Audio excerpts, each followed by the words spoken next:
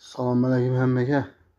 Kulak asabıza növbette işimizi koyduk. Kulak asa yine boyap bulduk. YouTube kanala koyacağız. Kulak asa. O 6 ştuk rişot işledik aynalara. Mənzil Qaraqalpaq 4 kil tümeninden balama.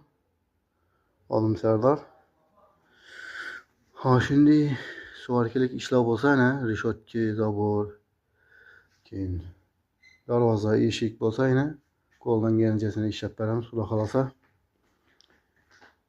Bakılacaq sifətlər işləplərimiz heç qəndi aşıbki olmayacaq. Kraskilərinə müşünü doydurub, yaldıratıb urtbərəmiz baxılacaq.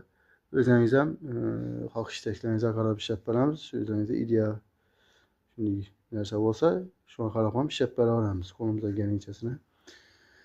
Like basımını istər çıxmasına şu kanalımıza bir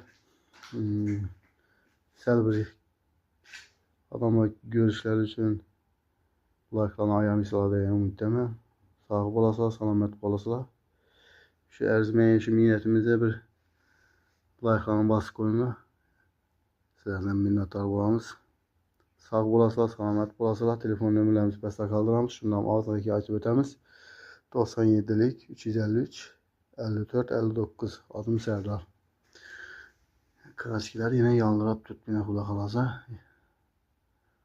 Yaxşı çıxdı kraskilərim. Sağ olasınlar.